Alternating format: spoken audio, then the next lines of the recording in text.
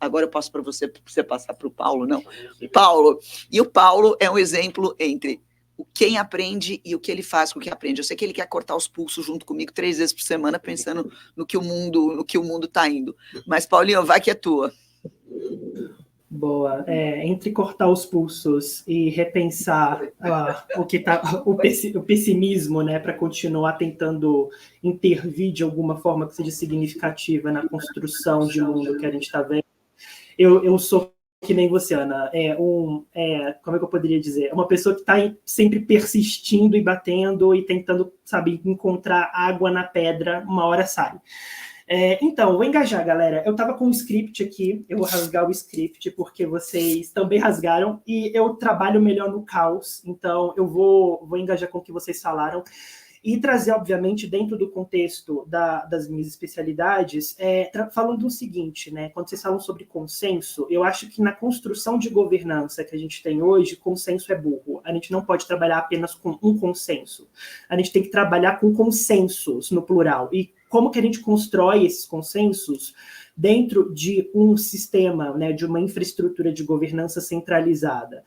Fragmentando essa infraestrutura. A gente precisa fragmentar essa infraestrutura por conta de, na minha percepção, de uma inevitabilidade, que é a incapacidade de nós conseguirmos nos adaptar à velocidade da tecnologia. A gente sabe que a velocidade da tecnologia é exponencial e a nossa capacidade de adaptação é linear, então cada vez mais se abre um abismo sobre as nossas capacidades de contenção de danos, e se esse abismo se abre, a gente precisa então utilizar uma inteligência na capacidade de que tipo de dano a gente pode, com que tipo de dano a gente pode aprender. E, nesse sentido, as infraestruturas elas se tornam um certo laboratório social quando a gente pensa em fragmentação. Mas eu acho que é inevitável que, por meio dessas fragmentações, a gente consiga construir centralidades múltiplas, e a partir dessas centralidades múltiplas, a gente consiga entender o que dá certo e o que não dá certo. Como que a gente pode diminuir o grau do dano e contingenciá-lo, né, seja no dimensionamento demográfico ou nos diversos outros dimensionamentos. E por que eu estou falando isso? Porque eu tenho tido experiências um pouco fora da minha área científica ali, de botar a mão na massa no laboratório, e trabalhar um pouco com governança na área de biologia sintética, por meio da Associação Brasileira de Biologia Sintética, da SimBioBR. E o que eu tenho visto são tentativas de criação de plataformas e de ecossistemas que criem diretrizes meio que informais por meio de blocos, seja de empresas, instituições privadas e públicas, sobre modelagem de determinados tipos de diretrizes de biossegurança, né? Ao mesmo tempo que a gente percebe que os congressos do mundo, os Estados Unidos são um exemplo disso, tem várias tentativas de passar leis de regulamentação que não necessariamente vai ao encontro, vai às práticas daquilo que está sendo feito hoje. Nesse sentido, eu acho que o que a gente pode tirar como aprendizado disso, no que diz respeito ao que eu vejo como tendência tecnológica para os próximos anos, né? Do ponto de vista da biotech, em convergência com a saúde, eu acho que é inegável que, por conta das infraestruturas de conexão, 5G, a internet das coisas está chegando aí cada vez mais madura, a medicina personalizada ela vem com força, muita força.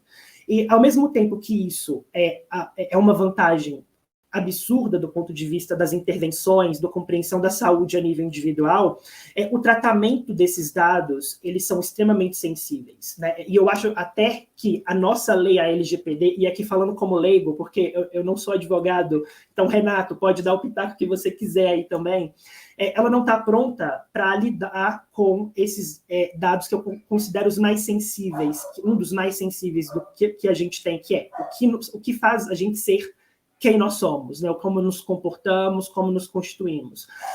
Mais do que isso, a medicina de alta precisão ela vai vir em convergência com a internet do comportamento, né? Então, a IoT, no sentido de que cada vez mais que a gente tem tecnologias vestíveis, conectadas, que alimentam esses dados de forma centralizada e que intercruza esses dados com a leitura de sequenciamento genômico, né?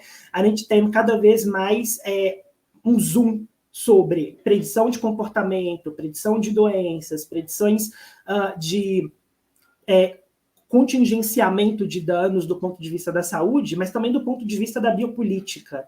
Então, a gente precisa pensar também como que a saúde está interligada aos processos políticos, porque ela está muito interligada, cada vez mais interligada. A gente está falando de privacidade, a gente está falando até mesmo, né, pegando a seara daninha, sobre liberdade na capacidade de atuação das pessoas, vide Cambridge Analytica, e você potencializa isso à enésima potência quando você tem dados biométricos. Falando sobre o que isso significa, do ponto de vista não só dos problemas, mas também das soluções, eu percebo que a inteligência artificial, as tecnologias de sequenciamento de novas gerações que estão surgindo, né, diminuindo custos, vai trazer uma nova forma de se fazer ciência no mundo em tempo real, né? Então, a gente está falando sobre pesquisas de análise epidemiológica observacional. Isso vai gerar mais dados, isso vai fazer com que a gente tenha uma capacidade de produção de conhecimento, acredito eu, como nunca a gente teve na história da humanidade, e, ao mesmo tempo, isso termina nos levantando a questão, né? Como que a gente consegue, a partir dos danos que isso vai gerar, e vai gerar danos, não é se ou não vai gerar danos, mas é quando esses danos vão surgir, se a gente está preparado em termos de infraestrutura, em termos de articulação, em termos de modelo, no contingenciamento desses danos e no aprendizado dos mesmos. Então, eu deixo aqui como reflexão o que a gente quer construir a partir desse caos e como que a gente pode aprender a criar melhores formas de contingenciamento de danos, porque agora eu não acho que a gente consegue evitá-los, mas é muito mais em diminuir o grau a dimensão, quais são esses dimensionamentos que esses problemas vão ou podem afetar. É isso.